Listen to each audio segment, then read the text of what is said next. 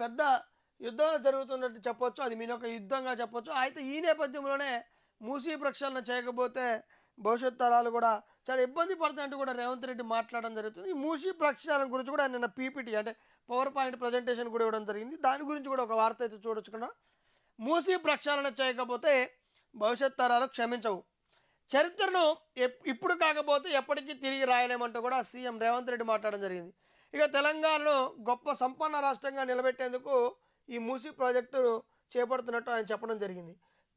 కలేబరాలు, drainage నీరు, pharma కాలుష్యంతో విషపు కూపంగా మూసి నదీ పరివాహంలోని ఆడపిల్లలకు ప్రెగ్నెన్సీ విషయంలోనూ ఇబ్బందులు.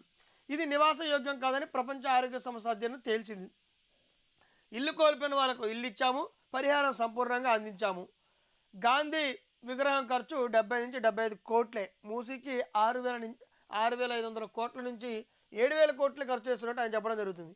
ఇక కడుపులో కుళ్ళు, మాటల్లో విషం, చూపుల్లో పగతో దీన్ని అడ్డుకుంటున్నారు. ఇక రేవంత్ దీన్ని పూర్తి చేస్తే తాము మళ్ళీ అధికారులకు రాలేమని దుగ్ధతోనే మూసీ ప్రాజెక్టులపై వివరణ కార్యక్రమంలో ముఖ్యమంత్రి రేవంత్ రెడ్డి మాట్లాడడం జరిగింది. ఇక ముఖ్యమంత్రి రేవంత్ రెడ్డి ఏమంటుందంటే పీపీటీ ఇచ్చిండు, పవర్ పాయింట్ ప్రజెంటేషన్ ఇస్తూ మూసీ ప్రక్షాళన గురించి ఆయన మాట్లాడడం జరిగింది.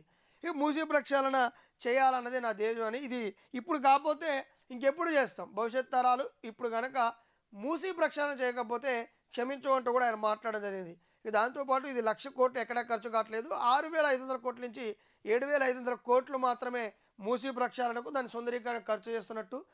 తర్వాత గాంధీ సరోవర్ను ఆయన రోల్డ్ మోడల్గా కూడా ఆ విగ్రహాన్ని తీసుకొస్తున్నట్టు. ఈ విగ్రహం కూడా ఖర్చు జస్ట్ 65 నుంచి 75 కోట్లు మాత్రమే ఖర్చు అవుతుందంటూ కూడా ఆయన మాట్లాడటం జరిగింది.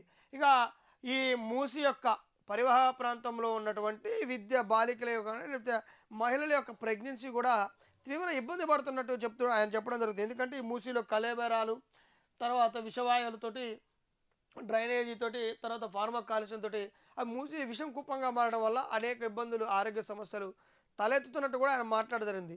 ఇంకేమంటున్నాడంటే ఆయన, ఒకవేళ మూసీనే కనుక సుందరీకరణ పూర్తయినట్లయితే, ఇదంతా పూర్తయితే అటు ప్రతిపక్షాలకు అధికారులకు వచ్చే అవకాశం ఉండదు. సీఎం రేవంత్ రెడ్డి పేరు ఎక్కువగా వినిపిస్తుంది, మూసీ ప్రక్షాళన చేపట్టినందుకు గాను ఇది వినపడుతుంది. కాబట్టి దీన్ని అడ్డుకునేందుకే అటు ప్రతిపక్షాలు తీవ్రంగా శ్రమిస్తున్నాయంటే కూడా ఆయన మాట్లాడడం జరుగుతుంది. ఆయన ఏమంటుంటే కడుపులో కుళ్ళు, మాటల్లో విషం, చూపుల్లో పగతో దీన్ని అడ్డుకుంటున్నారంటూ కూడా ఆయన మాట్లాడడం జరిగింది. మొత్తానికి ఏదేమైనా జరిగినప్పుడు ఇప్పుడు దాన్ని మొత్తం మూసీని 55 కిలోమీటర్లుగా 5 జోన్లుగా విభజించి 9 కొత్త ప్రాజెక్టులు దాని మీద కొత్త బ్రిడ్జీలు తీసుకొచ్చి ఏదో చేయాలనుకుంటుండు. సరే, ఓవరాల్గా సీఎం రేవంత్ రెడ్డి ఏం చేయాలనుకున్నప్పటికీ సుందరీకరణకు 1,00,000 కోట్లు ఖర్చు అవుతుందా కాదన్నప్పటికీ, ఆయన్ని ప్రతిపక్షాలు విమర్శిస్తున్నాయి అన్నమాట నిజమే అయినప్పటికీ ఆయన కూడా ఆచితూచి అడుగులేస్తే బాగుండేది. మేము ఇల్లు ఇస్తాము, తర్వాత వాళ్ళ బాధితులకు మేలు చేస్తాము అనే బదులు ముందే వాళ్ళకి నష్టపరిహారం కానీ లేకపోతే వాళ్ళకి పునరావాస కేంద్రాలు కానీ చూపించినట్టు బాగుండేది. ఎందుకంటే ఇది బుల్డోజర్ వ్యవస్థ అంటూ కూడా ఆయన మీద విమర్శలు వస్తున్న నేపథ్యంలో ఆయన సరైన నిర్ణయం తీసుకుంటే బాగుండేది. ఇక నిజంగానే గాంధీ సరోవర్ ప్రాజెక్టు మరి వాళ్ళ మనవడైతే గాంధీ మనవడే విమర్శిస్తున్నప్పుడు మరి ఆ ప్రాజెక్టును ఎందుకు చేపడుతున్నట్టు, గాంధీ విగ్రహాలు కాదు కోరుకునేది, ఆయన యొక్క శాంతి, అహింస వంటి మార్గాలను ఎంచుకోవాలంటూ కూడా ఆయన మాట్లాడడం జరిగింది. ఇక దీంతోపాటు ఆయన ఏమంటుంటే గాంధీ సరోవర్ ప్రాజెక్టుకు వారంలో శంకుస్థాపన చేస్తా అంటుండు. దాంతోపాటు మూసి ఒడిన అతిపెద్ద మసీదు నిర్మాణానికి ముందుకొచ్చిన సౌదీ యువరాజు, మరి సౌదీ యువరాజు మూసి ఒడిన అతిపెద్ద మసీదుకి ముందుకెందుకు వచ్చిండు, ఆయన ముందుకు వస్తే మరి నిజంగానే కట్టబోతున్నా మరి ఆయనకు వచ్చినట్టు కూడా ఒక వార్త అయితే చూడాలి. మరి అయితే 800 ఏళ్ళ నాటి శివాలయం కూడా పునరుద్ధరణ అంటూ మాట్లాడటం జరిగింది. ఉస్మానియా ఆసుపత్రి స్థలంలో మల్టీపర్పస్ కాంప్లెక్స్ తీసుకొస్తాడంట. ఇక హైటెక్స్ మించేలా అంతర్జాతీయ స్థాయిలో డిజైన్.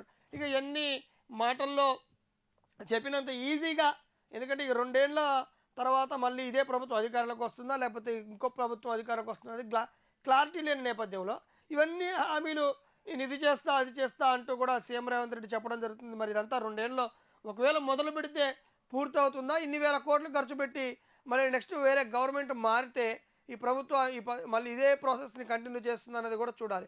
సో ఏది చేసినప్పటికీ రేవంత్ రెడ్డి ప్రభుత్వం కూడా ఆలోచించుకొని చేస్తే బాగుంటుంది. ఎందుకంటే పునరావాస కేంద్రాలు ఇచ్చి తర్వాత అక్కడ ఇల్లు కోల్పోతున్న వాళ్ళకి ముందుగానే పట్టాలు ఇచ్చి లేదా వాళ్ళకి సరైన ఫెసిలిటీస్ ఇస్తే ఇలాంటి గొడవలు కూడా జరిగే అవకాశం ఉండదు, ఇట్లా పేదలు కూడా ఇబ్బంది పడే ఉండదు. ఎందుకంటే ప్రజాపాలన పేరిట బుల్డోజర్ వ్యవస్థ నడుస్తున్నట్టు అటు ప్రతిపక్షాలు ఆరోపిస్తున్న నేపథ్యంలో ఆచితూచి అడిగేస్తే రేవంత్ రెడ్డి ప్రభుత్వానికి కూడా బాగుంటుందని చెప్పొచ్చు.